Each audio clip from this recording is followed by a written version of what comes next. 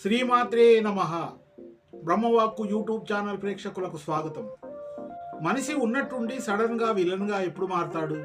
నీవు ఎంత మంచివాడివైనా దాన ధర్మాలు చేస్తూ అడిగిన వారికి లేదనకుండా ఇచ్చినప్పటికీ ఎప్పుడైతే నీవు అడిగిన వారికి ఇవ్వకుండా నో అంటావో అవసరానికి వచ్చి ప్రాధేయపడి డబ్బు పట్టుకెళ్తారు. రోజులు నెలలు గడుస్తున్నా తిరిగి ఇవ్వడు. ఇవ్వమని అడిగామనుకోండి, అప్పుడే వారి కథలో నీవు గొప్ప విలన్ని. నీ చుట్టూ ఉన్నవారి దృష్టి నీ ప్రవర్తనను బట్టి నిన్ను అంచనా వేయరు. నీవు వారి అవసరాలకు ఎంత ఉపయోగపడుతున్నావో అన్నదాని మీదనే నీవు మంచివాడివా చెడ్డవాడివని నిర్ణయానికి వస్తారు.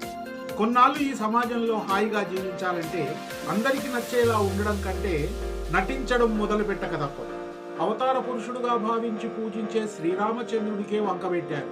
సామాన్యుడు అయిన నిన్ను అలా విమర్శించడంలో వింతేం లేదు కదా.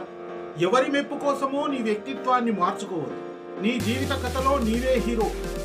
జీవితం నీది, బతుకు నీది, బతకాల్సింది నీవే. ఎవరి కథలో ఎలా ఉన్నా నీవు పట్టించుకోవద్దు. సర్వే జనా సుఖినో భవంతు.